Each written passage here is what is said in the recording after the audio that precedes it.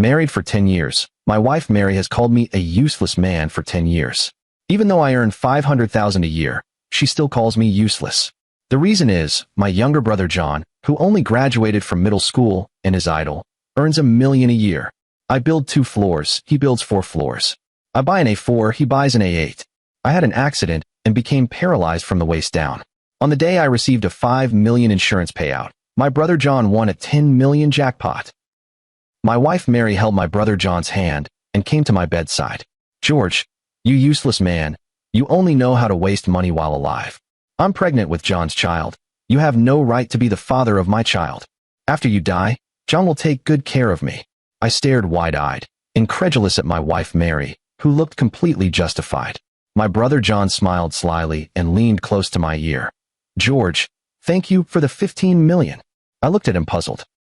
Why say so much nonsense to him? Let him die early and be reborn early. After saying that, my wife Mary pulled out my tubes.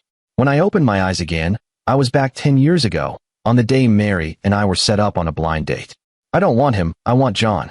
Mary's finger slid across my face and pointed straight at the man sitting opposite me, who was crossing his legs and lazily picking his teeth, my own brother John. The whole dining table fell silent instantly. John stopped picking his teeth, first stunned, then stretched his mouth into an exaggerated grin, threw the toothpick onto the table, and looked at me proudly. Mary's mother Wanda's smile froze on her face, and the chopsticks in her hand fell to the floor with a clack. Mary, what nonsense are you talking about? She stood up in shock. We came here to set you up with George. I'm not talking nonsense. Mary stood up, facing her mother Wanda's gaze, and said word by word. What's so good about George? A bookworm, earning that miserable salary at work. He'll never get rich in his life. John is different. He's smart and ambitious. After she finished, she looked at John with love. John was pleased, stretched lazily, leaned back, and the chair creaked. He looked at me with eyes full of provocation and boasting. Hear that, bro? This is called having vision. You damn girl. Are you out of your mind? Wanda trembled with anger. John didn't even graduate middle school. He just wastes time all day. What future does he have? I don't care. I choose him. Mary stiffened her neck and sat down next to John. If you don't agree, I won't marry. Just as the two families were about to argue, my mom Winifred came out smiling to smooth things over. Oh, mother-in-law, don't be angry. It's good that the child has her own ideas. She held Wanda's hand, her face showing no displeasure, but rather a hint of joy. Besides, George and John are both my sons. Whoever Mary marries, she's still joining our family. My dad Walter was smoking nearby, head down, saying nothing, which was considered tacit approval. I looked at my mom Winifred's beaming face, and my heart was as clear as a mirror. Since childhood, she has always favored John more. Exactly. John casually put his arm around Mary's shoulder, his movements practiced. My brother's salary is barely enough to support himself. How's he supposed to support a wife? It's got to be me. As he spoke, he pulled out a wad of cash from his pocket, didn't count it, and shoved it directly into Mary's hand. Mary, here, spend it however you want. Mary's eyes lit up instantly, and she happily took the money, planting a loud kiss on his cheek. Thank you, Johnny. After the blind date ended, I went straight back to the company. I needed to verify a suspicion. A suspicion that was planted when a John whispered in my ear, "Thank you for the $15 million. I logged onto a website called Weka and quickly took a web design job using my old skills. I spent a few hours finishing the work and delivered it. The client was very satisfied, and 1,000 yuan was quickly transferred to my account. The phone screen lit up, showing, received 1,000 yuan. That evening after work, I pushed open the door to my home. John was slapping a wad of cash down on the dining table, his face flushed with excitement as he shouted, "Dad! Mom! Look! I had amazing luck today, won 2,000 playing cards." I stood at the door, looking at the thickness of the stack in his hand, exactly twice my income. I clenched my fist, just as I thought. Seeing me, John immediately pulled out 100 yuan from the stack, came over with a condescending expression, patted my shoulder, and tried to shove the money into my jacket pocket. "Brother, you've worked hard. Take this money and buy something good to eat." I turned aside, avoiding his hand.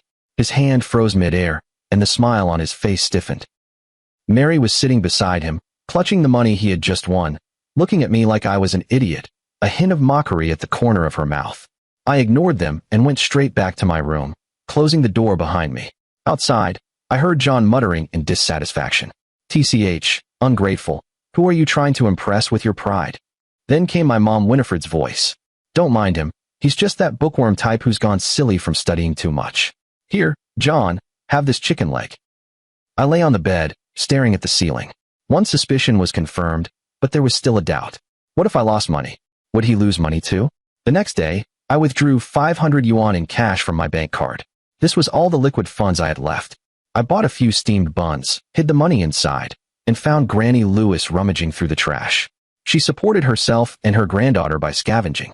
I gave her the buns. That night, John whistled as he came home. He was carrying a bag with the Chow Tai Fook logo on it and shouted as soon as he walked in. Today I really hit the jackpot.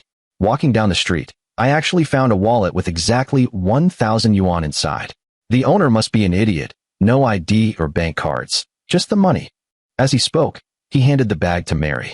Mary, this is for you. Mary opened it excitedly. Inside was a gold necklace. I was stunned. I gave away 500. He found 1,000. I lost money he wouldn't lose. He would still get double the profit. My heart sank bit by bit. His ability was even more ruthless than I had imagined. Since losing money was not an option, what if I didn't take any money at all? Over the weekend, I didn't rest and took another job on Weka. This time it was urgent, and my payment was a brand new Xiaomi phone. The day I got the phone, I came home from work. As soon as I stepped through the door, I heard my mom Winifred's surprised exclamation from the living room. Oh my. This phone is really beautiful. John, you really are your mom's good son. I walked into the living room and saw John standing proudly in the middle. My dad Walter and my mom Winifred each held a brand new Xiaomi phone box. Their faces creased into smiles like blooming flowers.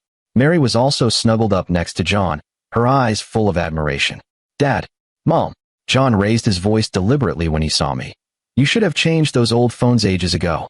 Look, I was lucky today. I went to the mall, and there was a raffle. I drew the first prize on my first try. 2 latest Xiaomi phones. One for each of you. As he spoke, he glanced at me from the corner of his eye, his look full of blatant bragging and provocation. My mom Winifred fondly caressed the new phone. When she looked up at me, her smile immediately faded, replaced by a look of disdain. George, you're just in time. Come see how capable your brother is. And look at you. After all those years of studying, what good has it done? You can't even afford to buy your parents a new phone. You're such a failure. My dad Walter didn't say anything, but his excitement fiddling with the new phone said it all. Mary clung delicately to John's arm and looked at me with a pitying gaze, speaking softly. Mom, don't say that about George. He's not like Johnny. Johnny is a man with great fortune, destined for big things.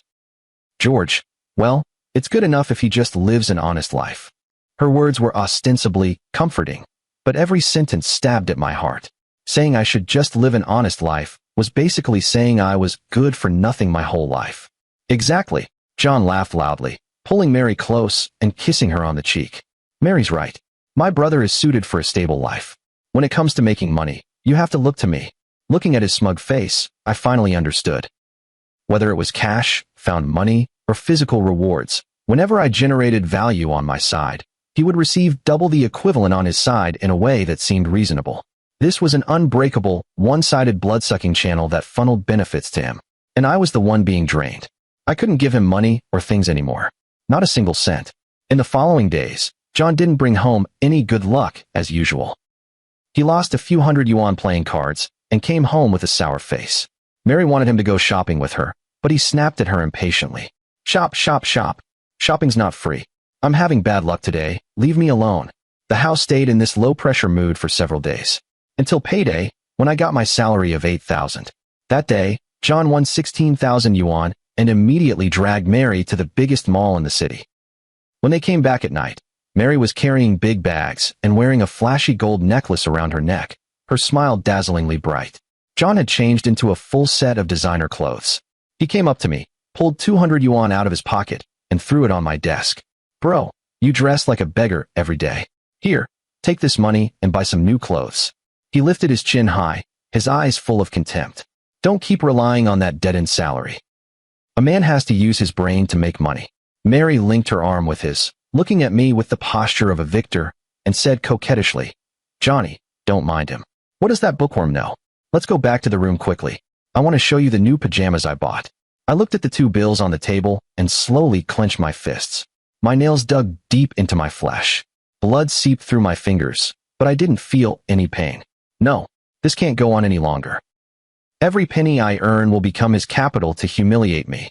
I must find a way to cut off this damn blood-sucking channel. A thought flashed through my mind. What if this money doesn't belong to me? What if its ownership was never in my name from the start? The next day, I contacted my best buddy from university, Leo. After graduation, he stayed in the provincial capital, started a small company, and was doing quite well. On the phone, I didn't explain much, just said I was tight on cash recently and wanted to take some freelance jobs, but some payments couldn't go directly through my account, so I wanted to borrow his company account for a bit. Leo was really cool about it and agreed without hesitation. After hanging up, I immediately took a design order on the freelancer website, quoting 5,000 yuan. It was a big job. I spent the whole weekend and pulled 2 all-nighters to finish it. Monday morning, I sent the finished product to the client, who was very satisfied and immediately transferred the 5,000 yuan to Leo's company's corporate account as agreed. Leo sent me a screenshot of the payment confirmation right away. I stared at that screenshot, my heart starting to race. Next was the moment to witness a miracle, or rather, to see if this damn curse could be broken. I was restless all day. When I got home that night, I pushed open the door and immediately felt the atmosphere was off. Very quiet. Dead silent. John sat on the sofa, head down, chain smoking. The ashtray in front of him was already full. Mary sat at the other end, her eyes red and swollen, clearly having cried. My mom Winifred was busy in the kitchen but wasn't humming her usual tune. My dad Walter wasn't home at all, probably went out to avoid the tension. I changed my shoes and silently walked into the kitchen to pour a glass of water. Mom, what's wrong with John? My mom Winifred glanced back at me, sighed heavily, and lowered her voice. Don't mention it. I don't know what bad luck he ran into today. Early this morning, he said he was going to do something big with his friends, but he lost all the money he had won before in the whole afternoon and even owed others several thousand. My hand holding the glass of water froze steadily in midair. It worked. The money didn't pass through my hands, didn't enter an account in my name, and John's good luck was invalid. A surge of joy shot from the soles of my feet to the crown of my head, and I almost couldn't control the smile tugging at my lips. I forced myself to calm down by taking a sip of water. Oh, I replied and walked out holding the glass. In the living room, John suddenly lifted his head, his bloodshot eyes staring at me fiercely, as if trying to find a flaw on me. I ignored him and went straight back to my room. The moment I closed the door, I couldn't hold back and laughed silently. John, Mary, my dear mother Winifred, your good days are really over. From that day on, John's financial luck completely disappeared.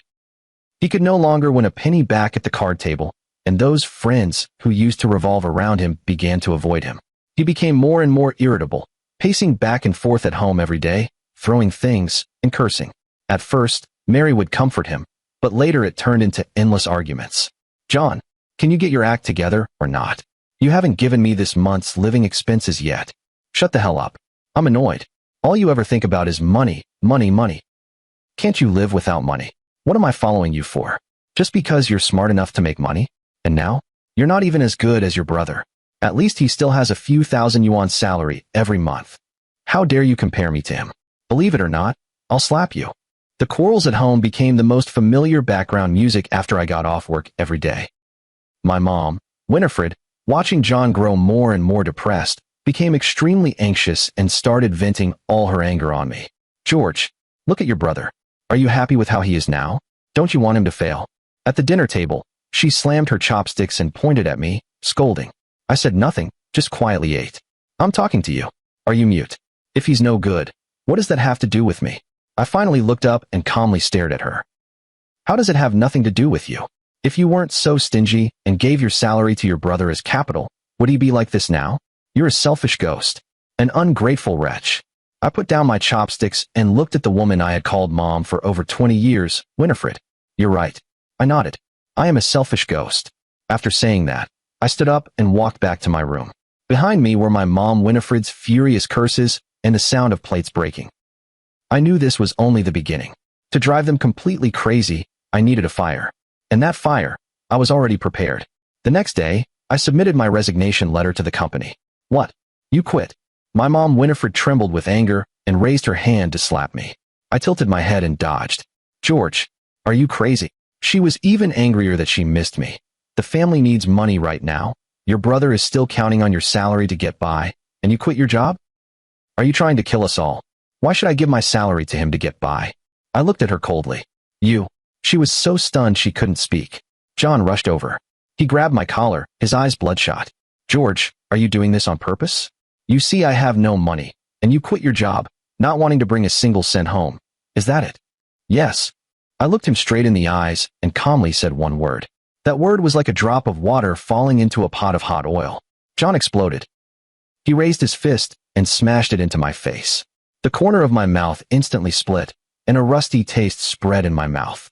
Mary stood behind John, arms crossed, watching coldly, even with a hint of satisfaction at the corner of her mouth. Stop! Stop! My mom Winifred gave a symbolic tug, then let go and sat on the floor, slapping her thighs and wailing. What sin have I committed? To give birth to such an ungrateful thing. Watching my own brother suffer, and you still kick him when he's down. Why is my life so bitter? I wiped the blood from the corner of my mouth and looked at the three in front of me. From today on, don't expect to get a single cent from me. I threw down the words, turned, went back to my room, locked the door, and let them shout and curse outside. Quitting was only the first step of the plan. To take revenge, I needed money, a lot of money, and a reliable middleman. The next day, I went straight to the headquarters building of Hart Group. I remembered that at this time in my previous life, Sophia Hart of the Hart family almost caused the family business to fall into a huge crisis due to a business decision mistake. And I just happened to know how to solve that crisis. I'm here to see Miss Sophia Hart. It's very important, I told the receptionist. You just need to tell her that the crux of the North City project isn't the technology, but the human factor. Once she hears that, she'll naturally want to meet me. The receptionist called with some doubt. A few minutes later, a woman in a professional suit with a capable aura hurried down. She was Sophia Hart. Are you the one who said those things? She sized me up from head to toe, her eyes sharp. I nodded. In her office, I pointed out all the problems in her project and offered solutions in just 10 minutes. Sophia Hart's gaze shifted from scrutiny to shock, and finally to complete trust. Who exactly are you? She put away all her sharpness, her tone tinged with reverence. Someone who wants to cooperate with you. I looked at her. Miss Hart, I can help you solve any business problem and secure your position in the Hart family firmly. Why should I trust you? Because I can make you the sole heir of Hart Group within 3 months. Sophia Hart's pupils suddenly contracted. She stared at me for a full minute, then smiled. How do you want to cooperate? Simple. I'm working on something right now that will need some money. When I need it, I want you to cooperate unconditionally. All right, I agree. My money is your money. Tell me how you want to use it, and I'll handle it. She extended her hand. Pleasure doing business. Pleasure doing business. With Sophia Hart as a powerful ally and an inexhaustible ATM, my plan could finally officially start. I went back home, where the atmosphere was still gloomy. John hadn't left the house for days due to lack of money, lying on the sofa all day. Mary's patience with him was worn thin, and they argued hundreds of times a day. My mom, Winifred, gave me cold glares every day, and my bowl was always filled with plain broth. It was time to give them a little sweetness. I sent Sophia Hart a message. Transfer 3 to 400 yuan daily to my card for living expenses. Receive. Sophia Hart replied instantly. That afternoon, John suddenly jumped up from the sofa, grabbed his coat, and rushed out. That night, he came back, wiping away days of gloom, his face glowing, carrying a delicious roast chicken. He threw the chicken on the table and proudly said to Mary, "See, I told you my luck is back. I only took 100 yuan to the card table today and won 800 in the afternoon." Mary's eyes lit up instantly. She clung to him like she had no bones, her voice sweet to the point of being cloying. "Johnny, I always knew you were the best." From that day on, I started precise feeding. John regained his old spirit, taking the money he won to take Mary out in style.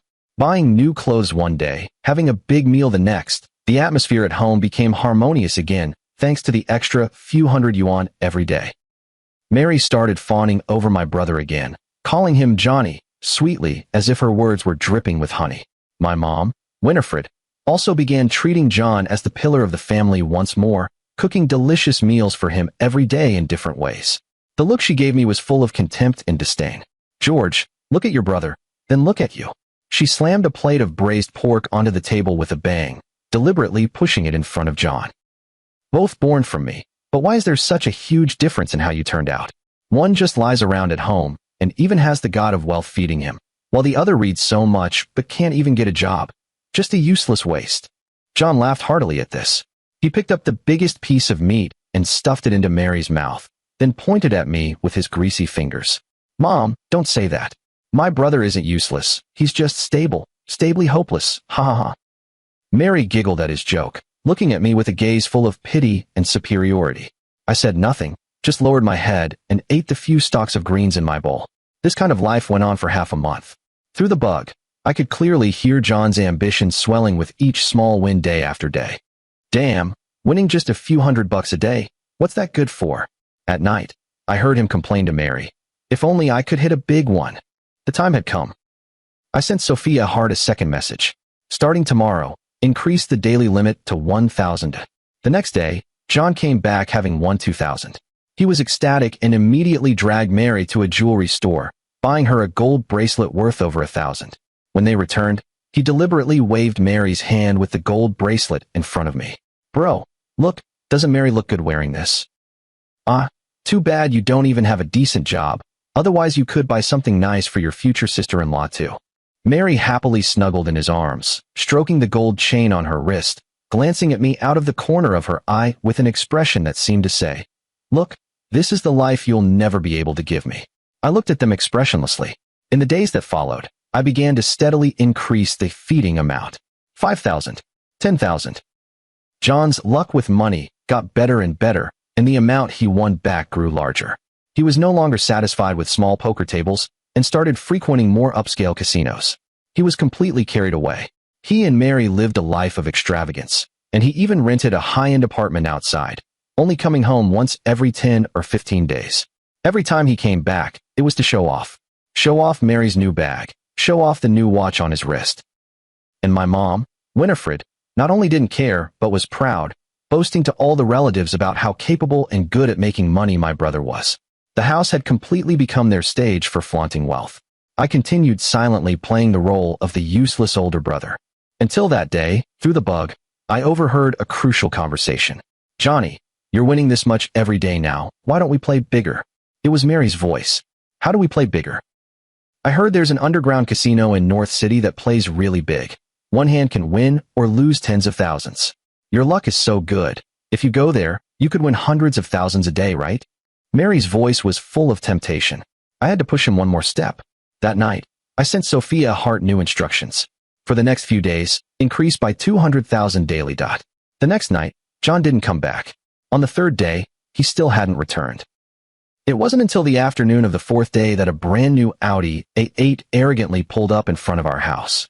The car door opened, and John stepped out wearing a full set of trendy brands whose names I couldn't even pronounce, sunglasses on, looking extremely proud.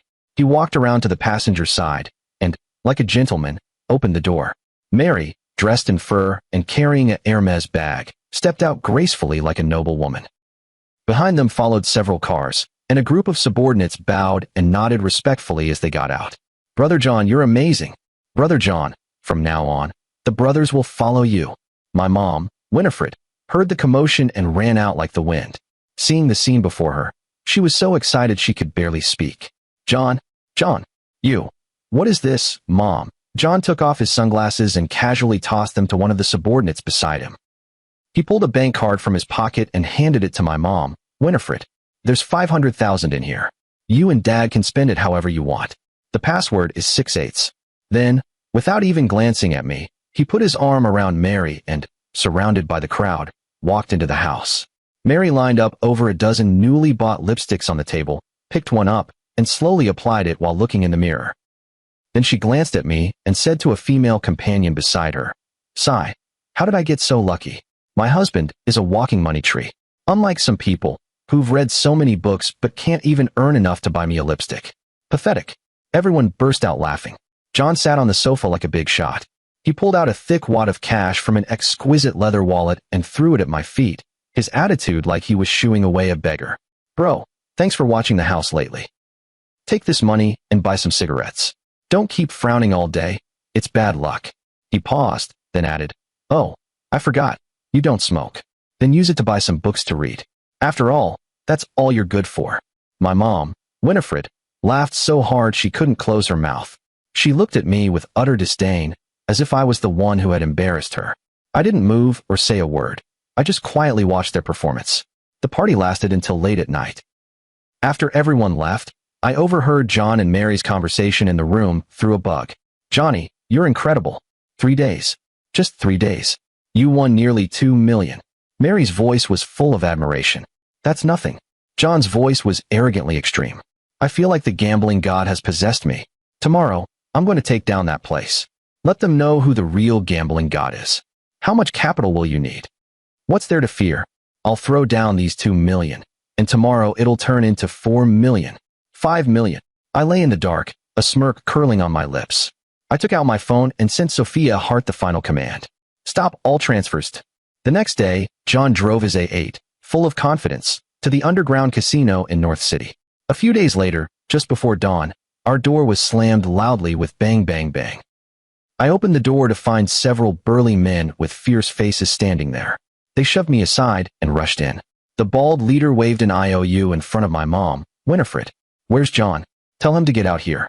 He owes our boss 3 million and still wants to hide." My mom, Winifred, was scared stiff on the spot. Mary also rushed out of the room, and seeing the scene, her face turned pale with fright. "Impossible. He won money yesterday.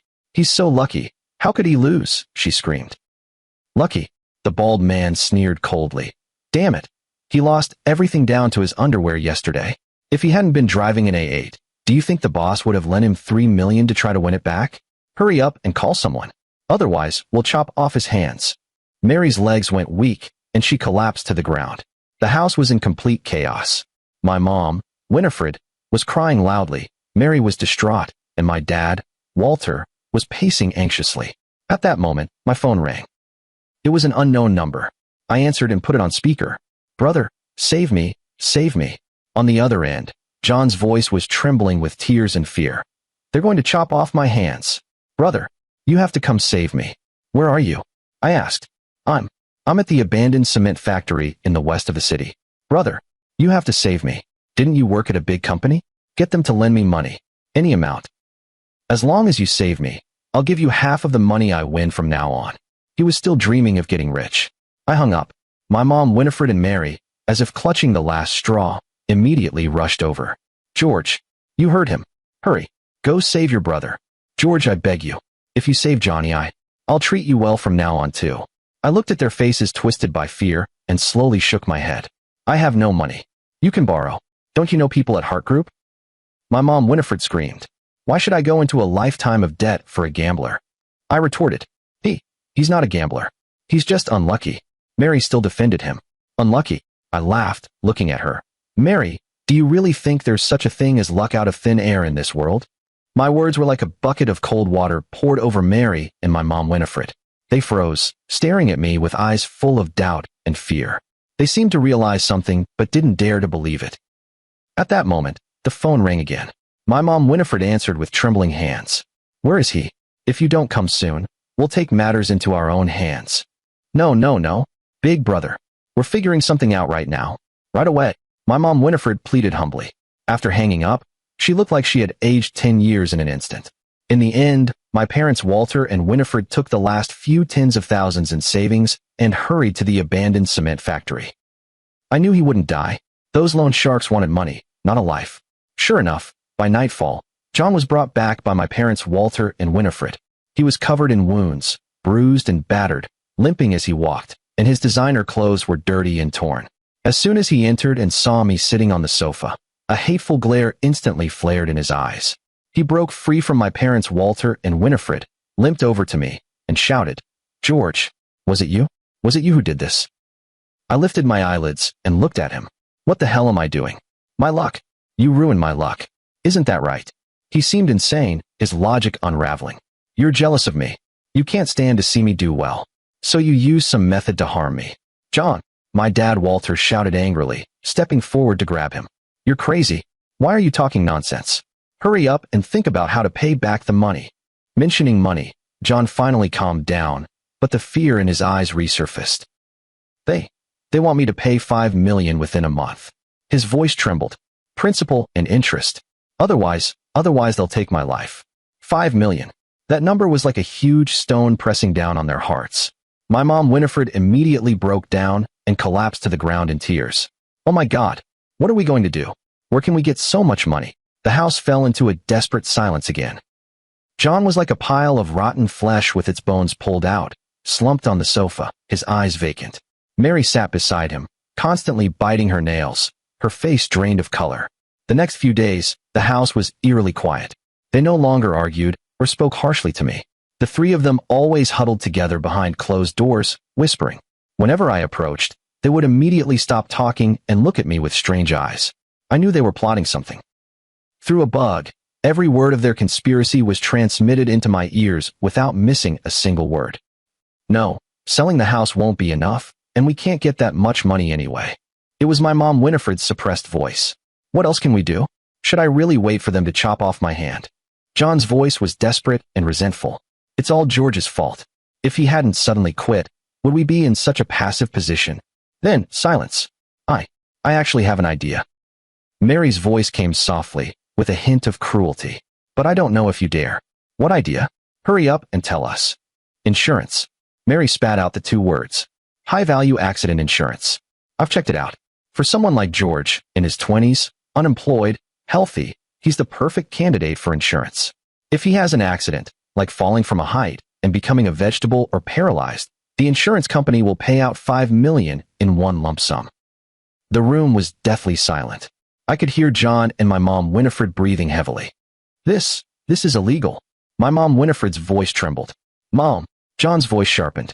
Is breaking the law more important, or your son's life? Besides, if we do it cleanly, who would know? We'll just say he slipped and fell by accident. But, to buy insurance for him, we need his ID and signature. Steal it. Mary's voice grew impatient. His brain is so dumb, he might not even notice if his ID is lost. As for the signature, just find someone to imitate it, right? Once the insurance waiting period is over, we'll make our move. No wonder Mary, my wife of 10 years, really knows me. Looks like the accident in my past life was also their scheme. I lay on the bed, quietly listening to all this, my heart calm without a ripple. From that day on, the atmosphere at home changed strangely. My mom Winifred started to be nice to me. She would proactively serve me food, ask if I was cold at night with concern, and even offered to give me a few hundred yuan as pocket money. Mary no longer mocked me sarcastically. When she saw me, she even forced a smile more pitiful than crying. John simply avoided me, but his eyes always watched my every move like a venomous snake in the shadows. I knew they were looking for a chance to steal my ID card. I pretended to be completely unaware. After 2 days, I deliberately forgot my wallet on the living room sofa and went out for a walk. When I came back, the wallet was still there, but the ID card inside was gone.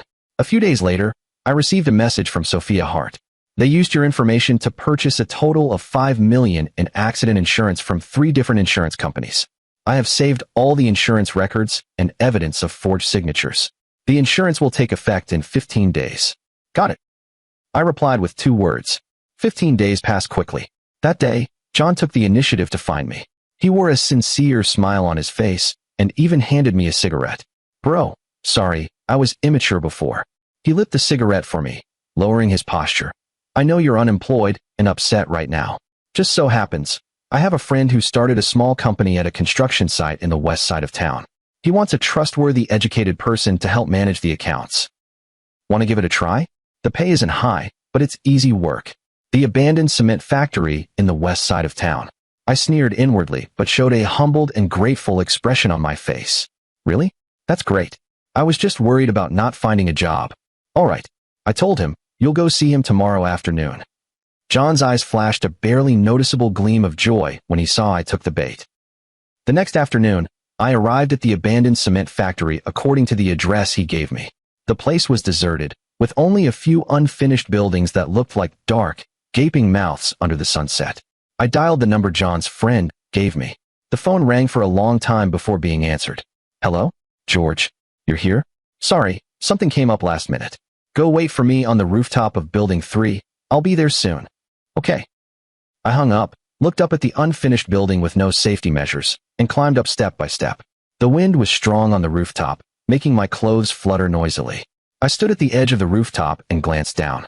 It was very high, enough to be fatal. Footsteps came from behind. I turned around and saw John and Mary. There was no disguise on their faces anymore, only greed and ferocity. George, didn't expect this, huh? Mary crossed her arms and sneered at me. You think you're so capable, but you're still as dumb as a pig. You came just because we told you to. Bro. John stepped closer to me, holding a steel pipe. Don't blame us. Blame yourself for being a useless waste. You're no good alive. Might as well make one last contribution to this family. I looked at them, slowly took my phone out of my pocket, and pressed the call button. The call had already been connected long ago. Sophia Hart, I said calmly into the phone. You can close the net now. The moment I finished speaking, John and Mary's faces simultaneously showed confusion and disbelief. Net? What net? John frowned and stopped advancing. You're damn near death, and you're still playing tricks here. George, don't try to stall for time. Mary's eyes turned fierce. If you jump off here today, it's your own fault. If you don't, we'll help you. I looked at them and suddenly smiled. Do you really think I don't know anything? I turned the speakerphone volume on my phone to the maximum. The next second, Sophia Hart's cold and clear voice came through the phone. George, how's the situation on your end? The police and media have surrounded the entire cement factory and are ready to act at any moment. What? John and Mary's faces instantly turned pale. They stared at the phone in my hand in disbelief, as if they had seen a ghost. Impossible. This can't be. Mary screamed. Why impossible? I looked at her, the smile on my lips growing colder. When you were looking up the insurance company's number, I was listening. When you tried to steal my ID, I was watching. When you were plotting how to push me off the building and stage the accident scene, I was waiting. With every word I said, their faces grew paler. They finally understood. From beginning to end, they had been nothing but clowns. You knew everything? John's voice trembled, and he could barely hold the steel pipe in his hand. Not only did I know, I recorded every single word you said. I shook the phone in my hand, including all the evidence of you forging my signature to buy insurance. No. Mary completely broke down. Like a mad beast, she lunged at me, trying to snatch the phone from my hand. Give me the phone. Give me the phone. I stepped aside easily, dodging her. Because she lunged too hard and lost her footing, she staggered to the edge of the rooftop and almost fell off. Terrified, she let out a piercing scream and scrambled back up using her hands and feet. John looked at the crazed Mary, then at me. The fear in his eyes was finally replaced by desperate madness. George, so what if you know everything? He raised the steel pipe again, his face twisted in rage as he charged at me. If I kill you here today, there'll be no witnesses. No one can touch me. He thought that killing me would solve everything. Just as his steel pipe was about to strike my head, a dozen people came rushing from all directions. Don't move. Police. We are reporters from XX Metropolitan News. Dozens of police officers and reporters carrying heavy cameras swarmed in from the stairwell and the fire escape on the other side, instantly surrounding us. John's raised steel pipe froze midair. Under countless flashes and cameras, the ferocity, greed, and fear on their faces were clearly recorded. Officer, it's him. He tried to kill me. John reacted quickly, immediately dropping the steel pipe and pointing at me, shouting, he owes our family a lot of money. We came to collect, and he tried to jump off the building, trying to drag me down with him. Mary quickly caught on, kneeling on the ground and crying her heart out.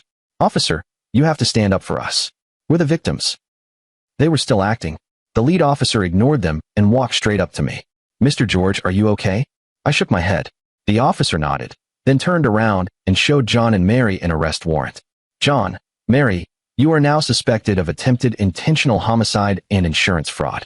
Here are your recorded phone calls and all the evidence of your forged signatures for purchasing insurance. Come with us. A police officer behind the officer played the recording of their conspiracy on the spot. As long as something happens to him, like falling from a height. Steal it. With his brain, he might not even notice if his ID card is lost. Bro, don't blame us. If you want to blame someone, blame yourself for being useless. John and Mary completely collapsed to the ground, their faces ashen. They were handcuffed and dragged away by the police like two dead dogs beside me.